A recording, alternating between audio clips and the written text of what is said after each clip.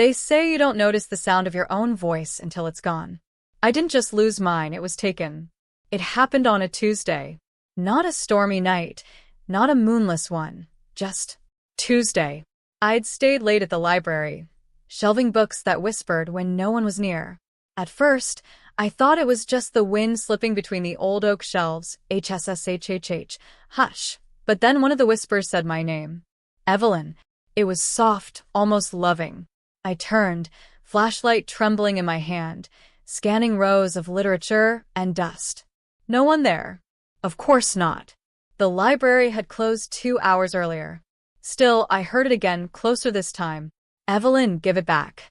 I tried to call out. To say who's there? But the words snagged in my throat like barbed wire. I could feel them, heavy and burning, but they wouldn't leave my mouth. My jaw moved, air rushed out, but silence. That's when I saw her. At the far end of the aisle, between myths and folklore and occult studies, stood a woman in a long black veil. She wasn't moving, but her veil was, as if some wind touched only her. I wanted to scream. I tried. My throat flexed, my lungs strained. Nothing. No sound. Not even a breath.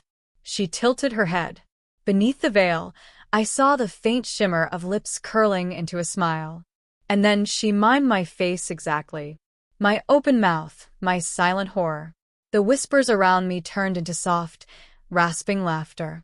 Books began to slip from the shelves, thudding one after another like muffled heartbeats. The last thing I remember before blacking out was her whisper again, inside my skull this time. Now you'll listen, Evelyn. Only listen. When I woke up, my voice was gone. But the whispering had just begun. When I woke, I was in my own bed, or at least it looked like my bed. The morning light slanted through the curtains just as it always did, but everything seemed too still. The clock wasn't ticking. The hum of the fridge in the next room had vanished. Even the birds outside, silent. I sat up, throat raw, and tried again to speak. Nothing. Not even a rasp. Not even a cough. Panic clawed through me as I stumbled into the bathroom. The mirror greeted me with a pale, sleepless version of myself, eyes wide, hair tangled. I opened my mouth and tried to see what was wrong, as though I might spot some stolen piece of me lodged between my teeth. That's when the mirror breathed. A fog rolled across its surface, though my breath made no sound, no heat. And then words began to appear in the condensation, letter by letter, like invisible fingers tracing them from the other side. Do you hear them yet? My knees nearly buckled. I reached out, touched the glass, and the letters shivered beneath my fingertips, rearranging themselves. You will. I backed away. My heart was pounding so hard it made my vision shake. Then faintly I heard it. A whisper, just like in the library, but this time it was coming from the mirror. Give it back, Evelyn. The reflection's lips were moving, but not mine. My reflection was whispering to me. And behind her, deeper in the glass, something else was moving, slow, deliberate, as if pacing in a dark hallway just beyond my reflection's shoulder. When I turned around, of course, there was nothing there. But when I looked back into the mirror, my reflection smiled. And I swear to you I didn't. That smile in the mirror lingered even after I stumbled back. My own lips were trembling, shut tight, but hers, mine, were curved into that knowing, cruel grin. I wanted to scream, to cry, to do anything that might break the silence pressing on my eardrums like deep water. Instead, I did the only thing I could. I fled. I bolted out of the bathroom, down the hall, clutching my throat as if I could somehow squeeze my voice back out. The house groaned behind me, every floorboard creaking in the wrong direction, as though something was walking just out of step. I tried turning on the TV. The screen flickered to life, static snarling softly. No sound, not even a hiss. I turned the volume all the way up, still nothing. Then, in the blur of static, I saw a flicker of motion.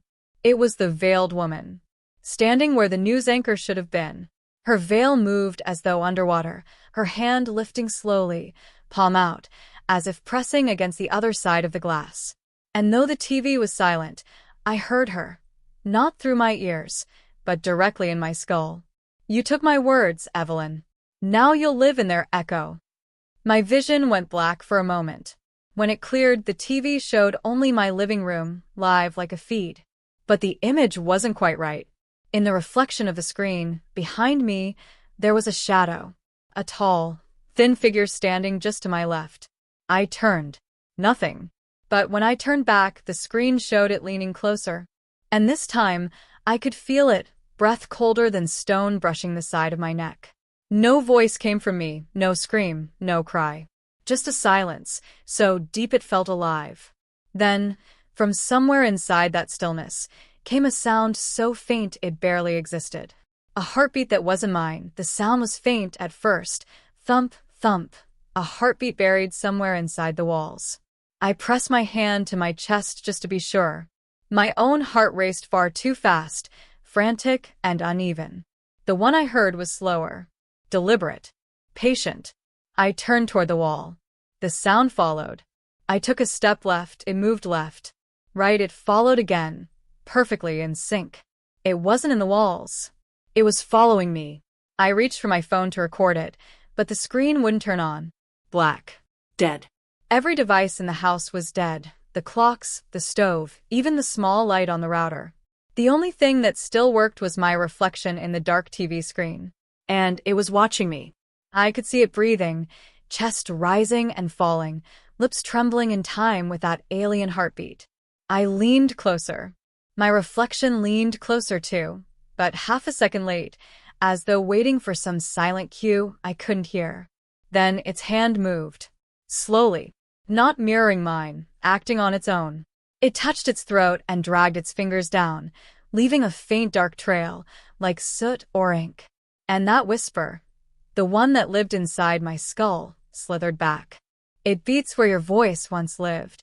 The trail on the reflection's neck began to pulse. The same rhythm as the heart sound. Thump, thump, thump. And before I could back away, something beneath my skin answered. A low, subtle vibration, right where my voice box used to hum. I froze. Because for a moment, I thought I could feel my own voice, not gone, but moving inside me. Crawling. Searching. Then I realized it wasn't my voice at all. It was hers that I didn't want to move. Every instinct screamed that if I stayed still, maybe it would stop. Maybe it would sink back into whatever blackness it came from. But the thing inside my throat had other plans. It twitched. A sickening, electric pulse beneath my skin, as if tiny fingers were dragging themselves up through muscle and sinew. I clawed at my neck, desperate to tear it out, but there was nothing there.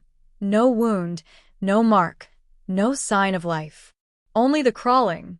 And then, oh, God, I heard it. Not through my ears.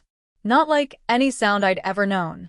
It was inside me, whispering through the hollows of my bones.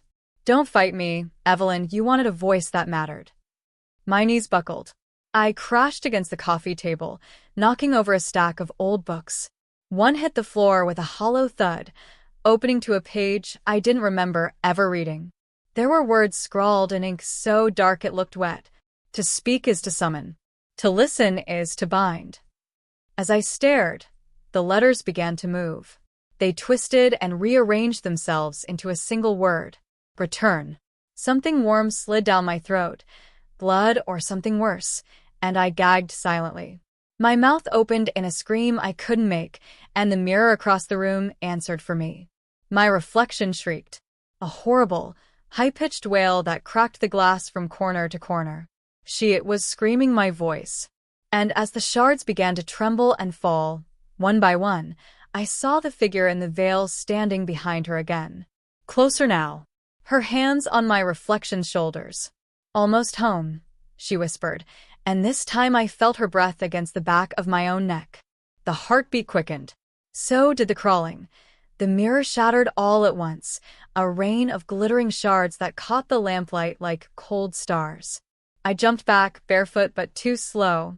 The glass bit deep. The sting came a heartbeat later, followed by the warm, crawling trickle of blood between my toes. I should have screamed. I wanted to. But only the silence came, thick and impenetrable. Except not quite. Somewhere beneath that silence, I heard a whispering chorus. Not one voice, but many, dozens, maybe hundreds, rising and falling like waves. It came from the shards at my feet. Each one hissed a fragment of sound, tiny mouths speaking from the reflections. When I leaned closer, I saw what they were saying. The words formed in fog on the broken glass. "We are the ones who spoke." The shards pulsed with light, faint, throbbing. I stumbled backward, but the moment my blood touched them, they flared. One shard, small, triangular, slid toward me.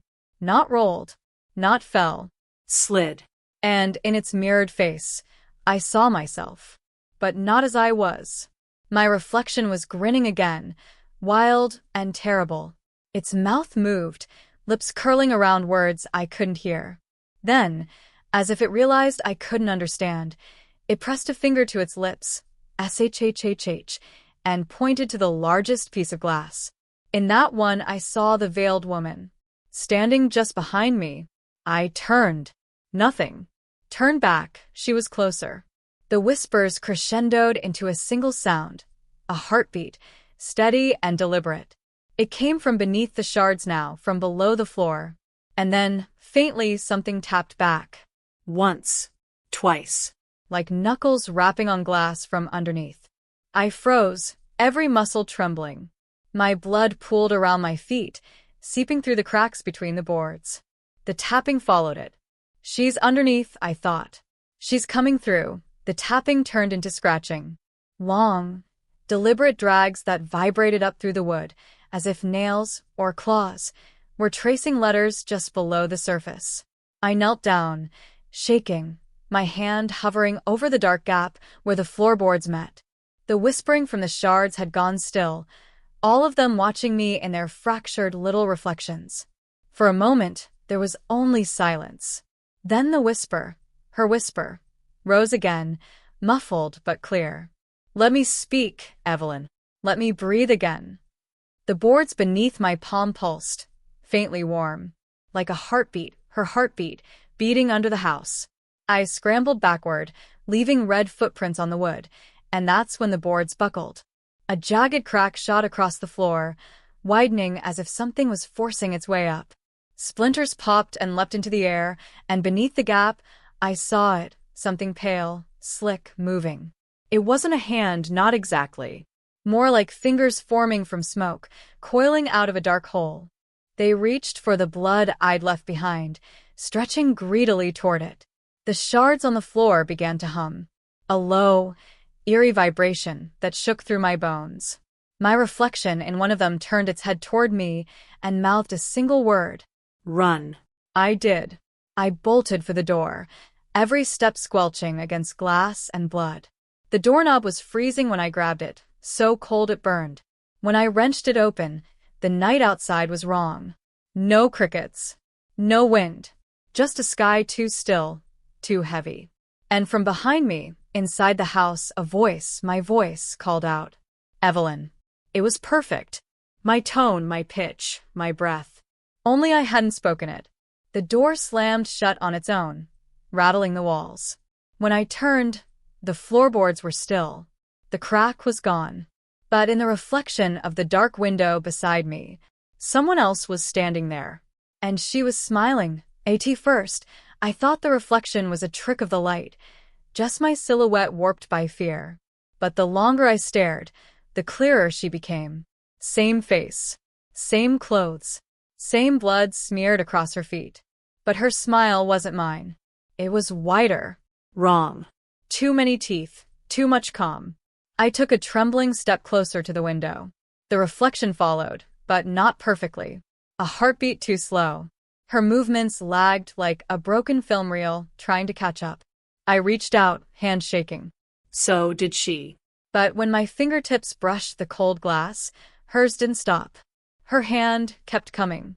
The surface of the window rippled, bending like liquid, and her pale fingers pressed through. They didn't shimmer or fade. They solidified, knuckles cracking softly as they reached for my throat. I stumbled backward, tripping over the shards still glittering on the floor. The air grew thick, pressing down on my chest. I couldn't make a sound. My lungs worked, but no cry came out. She pulled herself through the window, inch by inch, face straining, shoulders jerking as though she were squeezing through water instead of air. When her bare feet hit the floor, the lights flickered once and died. For a moment, I could only see her by moonlight, her head tilted to one side, that smile trembling. Then she opened her mouth. My voice came out perfectly. "You never listened, Evelyn." I scrambled for the hallway, hands slipping in blood and glass. She moved after me, slow but steady, her every footstep echoing twice, hers and mine. When I turned the corner, she was already there, waiting in the darkness ahead. There were two of her now, both smiling, both whispering in perfect unison. "We spoke once, now you will listen forever." Behind me, the whispering chorus rose again. The glass hummed, the floor pulsed, and I realized too late, every reflection in the house had eyes now. The air inside the house had changed. It felt heavy, thick with a damp shimmer, like breath lingering too long after a scream. I pressed my back against the hallway wall and looked around.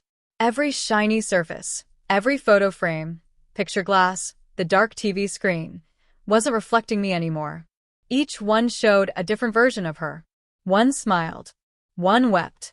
One tilted her head until her neck snapped sideways with a soft, wet crack. I clamped a hand over my mouth to stop the silent sob clawing its way out. The smell of dust and copper filled my nose. Somewhere upstairs, a door opened. It was slow, deliberate, the hinges giving a long, drawn-out groan that sounded almost human. I took a step backward and felt the floor flex beneath me, soft, as if the wood were breathing. Then came the footsteps. 1, 2, pause. 3. Each one echoed twice, once in the hallway, once in the glass. I turned toward the staircase. At the top stood a shape, tall and still, half hidden by the shadows. The veil hung from its head like a curtain of smoke. She raised her hand, and the mirrors answered. They began to hum in a single tone, a low vibration that made my teeth ache. The reflections of the doppelgangers all turned their heads at once, eyes glowing faintly, like cold embers. "You kept us silent, Evelyn," she whispered, though her lips never moved. The words came from everywhere, from the walls, from the glass, from inside my own ribs. "Now silence is all you'll have." The hallway lights burst in a shower of sparks. The glass in the nearest frame exploded, and shards peppered my skin. In each fragment on the floor, her face appeared, whispering the same word over and over, a chant that pulsed with the heartbeat under the house. "Below. Below. Below." The stairs creaked again, louder. Something began to descend, and in the reflection of the banister rail, I saw myself, standing perfectly still, eyes blank, whispering back, "Coming." I didn't even remember moving, but when my senses came back, I was standing at the top of the basement stairs. The door was already open. A thin line of cold air crept up from the dark, like a hand feeling for my face. The whispering had gone quiet again, too quiet. That silence had weight, pressing against my ears until I could hear the tiny creak of my own pulse. I held the banister. The wood was damp, sticky. I started down.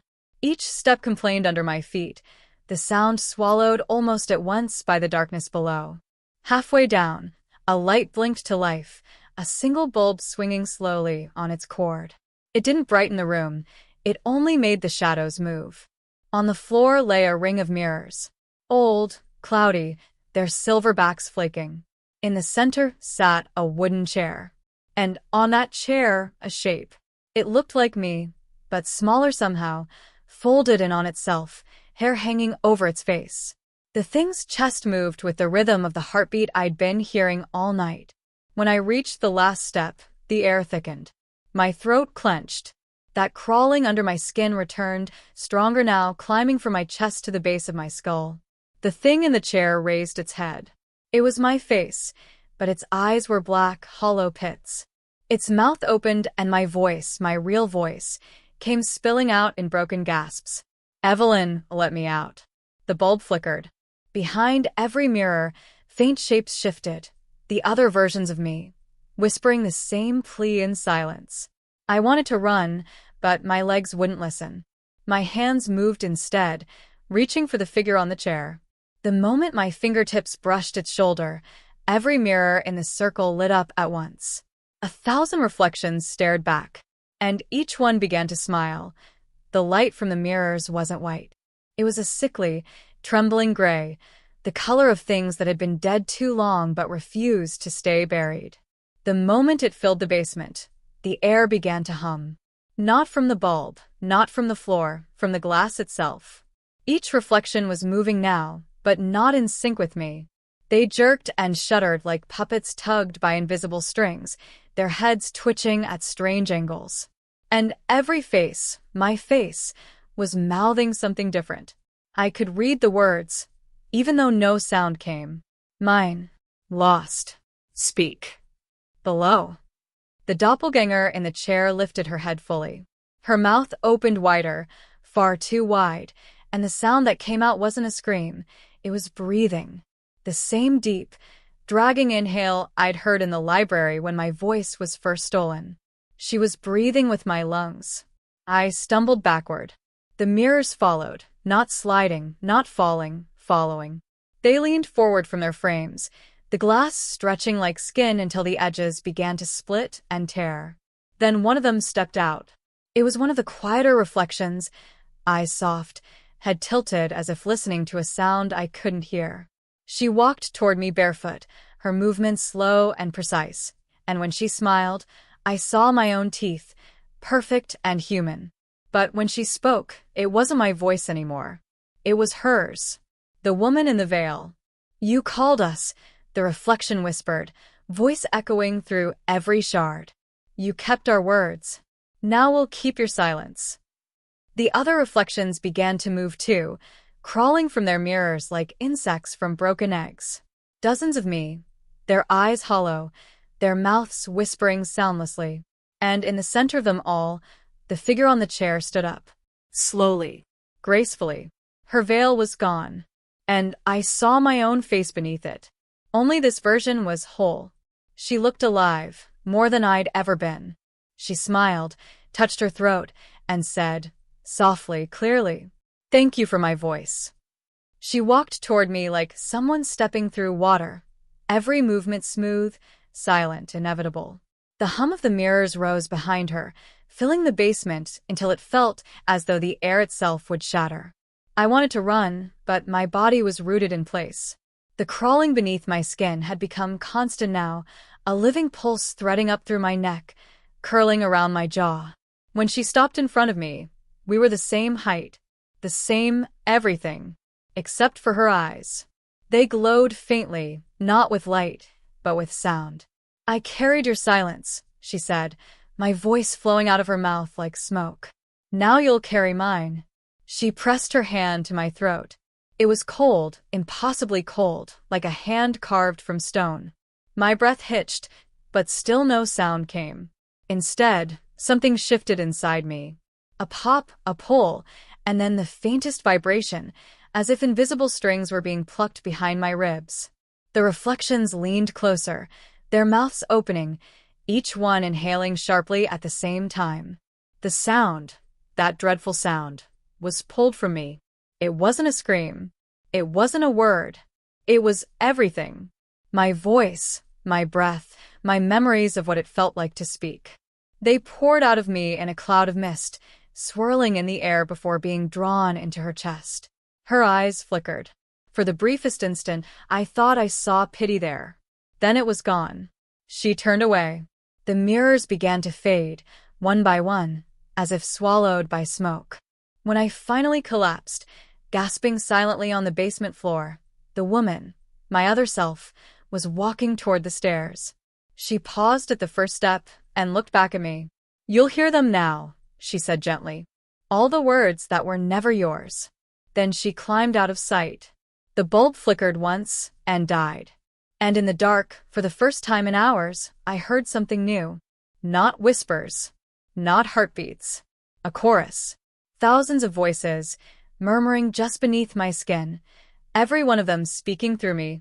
At first, I thought they were coming from outside, the wind through the boards, the groan of the house settling after years of neglect. But no, the voices were inside me. They moved beneath my skin like threads tightening and loosening, humming with the rhythm of my pulse. If I held still, I could make out words, half-formed and overlapping, thousands of murmured fragments swirling through my chest. The door, don't open it. I was here before you. We only wanted to be heard. I crawled toward the staircase, each breath a struggle. The air burned cold, heavy with dust and something sweeter, like lilies left too long on a grave. I reached the bottom step and grabbed the railing, my fingers slipping on something wet. Blood, maybe mine. When I tried to stand, my body spoke. Not my mind, my body. My throat vibrated on its own. My lips moved without permission. A single, hollow voice slipped out. Below. The word wasn't mine. I could feel it leaving, dragging through me like a needle through fabric, pulling 1,000 more whispers behind it. The chorus rose again, frantic now, panicked. Close the door, Evelyn. Don't let her out. Close it. Close it. I turned. The basement wasn't empty anymore. The mirrors had reformed themselves along the walls, their surfaces rippling as if filled with liquid shadow. Inside them, the other versions of me had changed. They weren't whispering anymore. They were screaming, pounding on the glass, their mouths wide in soundless terror. And in the middle of the room, where the chair had been, a black circle was spreading across the floor. The same place the heartbeat had pulsed. Only now, there was no pulse. Just breathing. Slow. Deep. Hungry. Something was waking up. The circle widened with every breath, slick and glistening, as though the shadows themselves were bleeding. It pulsed once, twice, and then the mirrors began to tilt toward it, dragged by an unseen current. I tried to back away, but my body wouldn't obey. The voices under my skin were screaming now, 1,000 warnings, desperate, discordant. They pushed against my throat, begging for release. But I had no voice to give them. The air grew thick. The light, what little there was, folded inward, as if the darkness were swallowing it whole. Then, from the black circle, a hand rose. Not flesh, not shadow. Something in between. It shimmered, translucent, fingers twisting into existence one at a time. Each time one formed, I felt it inside me, a sharp pull in my chest, a thread unraveling from deep within. When the thing finally dragged itself free, it was me. My face. My shape. But wrong. Hollow eyes, mouth too wide, body made of rippling darkness that never stayed still. It smiled, and the sound that came out wasn't just a voice. It was every voice that had ever whispered in my head, speaking in chorus. You took what wasn't yours. You listened when you should have stayed silent. Now we speak for you. The mirrors shattered again, but this time the fragments didn't fall. They floated, spinning in the air like pieces of frozen light. In each shard, I saw the same figure staring back at me, hundreds of copies of my hollow self, all mouthing the same words. Let us in. The thing stepped toward me. Every step it took, the walls groaned, bending inward as if the whole house were bowing. When it reached me, it touched my face with a hand colder than the grave. And for the first time since that night in the library, I heard my voice. But it wasn't me speaking. It was her. You don't need it anymore, Evelyn, she whispered through my own lips. The silence suits you. Then she leaned close, her mouth against my ear, and breathed one final word, a word that filled every corner of the house, every mirror, every cell in my body. Join. The shadows closed in. The voices surged. The floor began to crumble beneath me. And I realized she wasn't taking my voice anymore. She was taking me. When the floor gave way, I didn't fall so much as dissolve. The edges of me, my fingers, my breath, my thoughts, unraveled into threads of soundless air. Every voice I had ever heard, every whisper that had haunted my nights, poured through those threads into the dark below. It wasn't falling. It was sinking. I landed, or perhaps gathered, somewhere that had no direction, no temperature, no light. Just the slow pulse of something vast and listening. For a heartbeat, I thought it was the earth itself. Then I realized it was her, the woman. Her veil floated before me like a curtain of ink, and behind it, I saw the shimmer of faces, hundreds of them, suspended and waiting. All of them looked like me. She reached out, her hand passing through my chest as though I were water. "Now you understand," she whispered. Silence was never absence. It was the chorus waiting to be heard. I tried to fight, but there was no body left to move. Only the awareness of 1,000 voices moving through me, weaving me into something larger, an echo inside an endless chamber. When she spoke again, her voice came from my mouth. "Rest, Evelyn. The living will listen to us now." And then, light. I opened my eyes in the library.